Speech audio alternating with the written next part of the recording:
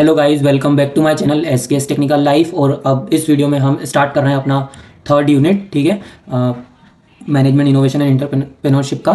ठीक है, और उसमें हमारा फर्स्ट टॉपिक है project approach to innovation management. मतलब कि क्या, किस तरीके से हम जो है प्रोजेक्ट जो मतलब इनोवेशन जो हम करते हैं प्रोजेक्ट्स के अंदर, उसको किस तरीके से मैनेज करते हैं। ठीक है, मतलब किस तरीके से इनोवेशन को मैनेज करेंगे प्रोजेक्ट के अंदर। तो स्टार्ट करते हैं। सबसे पहले इसका मतलब समझ लेते हैं क्या, managing innovation like a project with a proper planning team and budget time and goals. ठीक है, मतलब कि क्या, प्रोजेक्ट को जब भी हमको इनोवेट करना रहता है, इनोवेशन करना रहता है, या कुछ भी प्रोजेक्ट में इनोवेशन होता है, तो हमको किन किन चीज़ों का किस तरीके से हम उसको मैनेज करते हैं। मतलब ठीक है ना, तो हम क्या क्या करते हैं उसमें, प्रॉपर प्लानिंग करते हैं। ठीक है, टीम देखते हैं, देन बजट चेक करते हैं, टाइम एंड गोल्स। ठीक है, हमारा मेन पर्पस क्या है उस टाइप से। ठीक है, तो ये सब प्रोजेक्ट के अंदर प्रॉपरली मैनेज करना पड़ता है। ठीक है, तो ये चीज़ होती है हमारी मैनेजिंग इनोवेशन, मतलब इनोवेशन को मैनेज करना। ठीक है, प्रोजेक्ट के अंदर तो किस तरीके से होता है वो, ये प्लानिंग टीम और इन सबको देखना पड़ता है ध्यान से। ठीक है, तो वो वाली चीज़ है। उसके बाद यानी क्या, इनोवेशन को रैंडम वे में नहीं बल्कि प्रॉपर प्रोजेक्ट की तरह मैनेज किया जाता है। ठीक है, वही चीज़ है जो मैंने समझाई, मतलब कि इनोवेशन को रैंडम वे में नहीं करी जाती है। प्रॉपर उसका क्या होता है, एक मेथड होता है कि अगर किसी प्रोजेक्ट में हमको कोई इनोवेशन करना है तो उसके क्या क्या हमको चीज़ें सोचनी होंगी, जैसे कि ये प्लानिंग टीम डीबग्स बजट्स वगैरह ईटीसी। ठीक है, तो ये चीज़ अब थोड़ी प्रॉपर डेफिनेशन देख लेते हैं। मैंने यहाँ दो डेफिनेशन लिखी है। ठीक है, थोड़ा सा एक शॉर्ट में है, ब्रीफ में है। ठीक है रिलेटेबली, कोई दिक्कत नहीं है। ठीक है, तो project approach to innovation management का मतलब क्या होता है, इज अ सिस्टमैटिक मेथड। एक ये क्या है, सिस्टमैटिक मेथड है of managing N innovation activities. जो इनोवेशन हमको करना है उसको किस तरीके से मैनेज करना है, उन एक्टिविटीज को किस तरीके से मैनेज करना है, through a proper planning, execution, testing and implementation like a project. है ना, एक अच्छे प्रोजेक्ट की तरह हमको जो गुड प्रोजेक्ट्स होते हैं, हाई लेवल प्रोजेक्ट्स होते हैं, उनको किस तरीके से मैनेज करते हैं। सिमिलरली अगर हम उसी टाइप से अपने शॉर्ट्स प्रोजेक्ट या जो भी प्रोजेक्ट है उनको अगर अच्छी तरीके से मैनेज करते हैं तो हमारा आउटकम बहुत अच्छा आता है। तो वो वाली चीज़ है। ठीक है, देन उसके बाद सेकंड डेफिनेशन देख लेते हैं। The project approach to the innovation management treats an innovation as an structured project. ठीक है, एकदम स्ट्रक्चर्ड प्रोजेक्ट जो होता है उस तरीके से हमको करना, उसको मैनेज करना होता है। ठीक है, with a proper planning, budget, team work, development, testing and implementation. ये सब हम क्या करते हैं उसमें, चेक करते हैं, मैनेज करते हैं इन सब चीज़ों को। ठीक है, इन सबको सही तरीके से स्टाइल करते हैं। Then it helps an organization manage innovations effectively and achieve a success output outcome. जो मैंने यहाँ अभी पिछले पॉइंट में आपको समझाया था क्या, मतलब इसमें लिखा नहीं है बट मैंने बताया था क्या, जिससे हमको क्या हो, organization manage innovation effectively innovation को मैनेज कर सके एंड देन उसको उसका कुछ आउटकम अच्छा निकले। ठीक है, वो वाली चीज़। देन उसके बाद नीड क्या है इसकी, वाइड्स नीड्स। तो इसकी नीड सिंपल है, अगर कोई नहीं करता इन चीज़ों को, if the innovation project can failed because of, मतलब इनोवेशन जो होती है प्रोजेक्ट्स के अंदर वो क्यों फेल हो जाती है, उसके क्या कारण होते हैं। तो बहुत सारे कारण होते हैं, मैंने इसमें से दो चार रीजंस यहाँ लिखे हैं, जैसे कि पुअर प्लानिंग, कोई प्लानिंग नहीं करी, या कोई अच्छे से प्लानिंग ना होना, या फिर लैक ऑफ रिसोर्सेज कम है हमारे पास, like that, and time delay की वजह से, एंड बैड मैनेजमेंट। ठीक है ना, मतलब जिस टाइम पे उसको कंप्लीट होना चाहिए था उस टाइम पे नहीं हुआ, या बैड मैनेजमेंट हम सही से नहीं किया। तो that's the reason we needs a project management properly. Okay, innovation management. So companies use the project approaches for the better control. So इसीलिए प्रोजेक्ट मैनेजमेंट का यहाँ अप्रोचेस का बहुत वो होता है क्या, इंपॉर्टेंट रोल होता है। ठीक है, नेक्स्ट अप देख लेते हैं हम।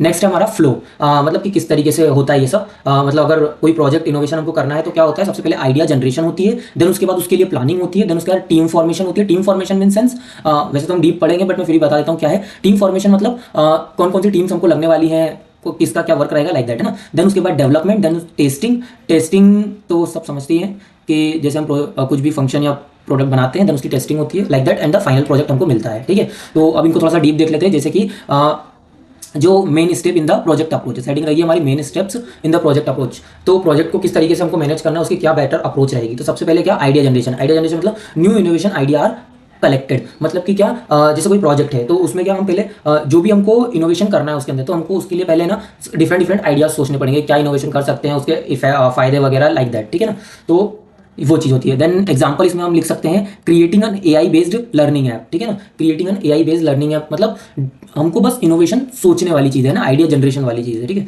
और इसी को बस आपको करना है, जो मैंने समझाया है, जो एग्जांपल दिया है, बस उसी को आपको थोड़ा डीप एक्सप्लेन करना है। ठीक है, तो ये जो creating an AI based learning app, ये यूं ही तो आया नहीं होगा, है ना, बहुत सारी और भी मल्टीपल्स आइडियाज आए होंगे, देन उसके बाद ये फाइनलाइज हुआ होगा कुछ इस टाइप से। तो आइडिया जनरेशन उसके वो इस तरीके से आप कर सकते हो। ठीक है, देन उसके बाद प्लानिंग। प्लानिंग में क्या होता है, कंपनी डिसाइडेड बजट। प्लानिंग मतलब वही बजट्स, टाइम, रिसोर्सेज, ऑब्जेक्टिव, क्यों प्रोजेक्ट बनाना है, प्रॉफिट है या नहीं है, that's all the comes in the planning. Okay, then उसके बाद है हमारा टीम फॉर्मेशन। तो टीम फॉर्मेशन मतलब क्या, डिफरेंट एक्सपर्ट्स वर्क टुगेदर, मतलब डिफरेंट डिफरेंट लोग एक प्रोजेक्ट पे वर्क करते हैं, ठीक है ना। तो जैसे कि हमारा कोई डेवलपर हो गया, देन कोई हमारा डिजाइनर हो गया, देन हमारा कोई मार्केटिंग टीम हो गई, ठीक है, ताकि उसको अच्छी तरीके से एडवर्टाइज किया जा सके, ठीक है ना। सो ये सारे रीजंस होते हैं, ठीक है ना, ये सारी चीज़ें होती है टीम फॉर्मेशन में। देन उसके बाद हमारा आता है डेवलपमेंट। तो डेवलपमेंट में क्या होगा, सिंपल कोडिंग वगैरह होगी, डेवलपमेंट होगा उस चीज़ का, मतलब प्रोडक्ट और द रिसोर्सेज, 1 सेकंड, और रिसोर्सेज इज क्रिएटेड, ठीक है। मतलब डेवलपमेंट में क्या होता है, वही प्रोडक्ट बनता है एंड सर्विसेज बनती है, मतलब उनको बनाया जाता है, ठीक है ना, वही कोडिंग वगैरह जो चीज़ें होती है, ठीक है। देन उसके बाद हमारी आती है testing and evaluation. Testing and evaluation मतलब क्या, product is tested to find the error and improvements, ठीक है। मतलब प्रोडक्ट को टेस्ट किया जाता है ताकि हमको ये पता चल सके कि जो हमने फाइनल, मतलब जो प्रोजेक्ट बना रहे हैं, जो पर्टिकुलर सर्विस या प्रोडक्ट बना रहे हैं, वो प्रॉपर वर्क कर रही है या नहीं कर रही है, या उस पर कोई इंप्रूवमेंट की नीड है, ठीक है। तो ये सब उसमें होता है। देन उसके बाद 6 हमारा आता है, ये जो मैंने पॉइंट्स सिंपल आपको समझा है शॉर्ट में, इन्हीं को आपको अच्छी तरीके से मतलब थोड़ा लॉन्ग करके इनको लिख देना है, ठीक है ना, अपने मन से। अब इतना तो लिख ही सकते हो अगर मैंने चीज़ समझा दी है तो, आई नो। एंड देन उसके बाद इम्प्लीमेंटेशन मतलब इम्प्लीमेंट करना, मतलब वही final project is launched in the market, ठीक है। Final project is launch in the market. Then जब सारी टेस्टिंग इवोल्यूशन फाइनल प्रोजेक्ट हमारा बन जाता है, तो देन उसके बाद उसको लॉन्च कर दिया जाता है। जो भी इनोवेशन हम करते हैं, देन उसको लॉन्च किया जाता है, कर देते हैं, ठीक है। देन उसके बाद नेक्स्ट देख लेते हैं अब क्या हमारे पास नेक्स्ट, हाँ, रियल लाइफ एग्जांपल। तो रियल लाइफ एग्जांपल जैसे हम मान लीजिए जैसे न्यू मोबाइल ऐप है, ठीक है। तो न्यू मोबाइल ऐप है तो कंपनी फ्लो क्या रहता है, यहाँ पे कंपनी क्या करती है, मतलब तब से आइडिया जनरेशन होता है कि मतलब अगर कोई ऐप हमको बनाना है मोबाइल के लिए तो उसकी क्या नीड है, कोई प्रॉफिट है या नहीं है, मतलब इस टाइप से, है ना। Profit in the sense useful है या नहीं है, इस टाइप से। हमारा जो NUF वाली चीज़ थी वो वाली, है ना, NUF टेस्ट, ठीक है। देन उसके बाद हमारी आती है planning, coding, testing and launching, ठीक है। तो ये सब उसमें होता है। तो ये जो मैंने शॉर्ट्स में लिखे इन्हीं को आपको एलैबोरेट करना है, लाइक आइडिया जनरेशन मतलब क्या, कि प्रोडक्ट की नीड है या नहीं है, किस टाइप से है, अगर करते हैं तो इसका कोई प्रॉफिट है और यूजफुल किस तरीके से रहेगा, लाइक दैट, ठीक है ना। उस हिसाब से हम आइडिया जनरेट करते हैं कि हमको क्या बनाना चाहिए, क्या ऐप बनाना चाहिए। देन उसकी proper planning, coding, testing and launching, ठीक है।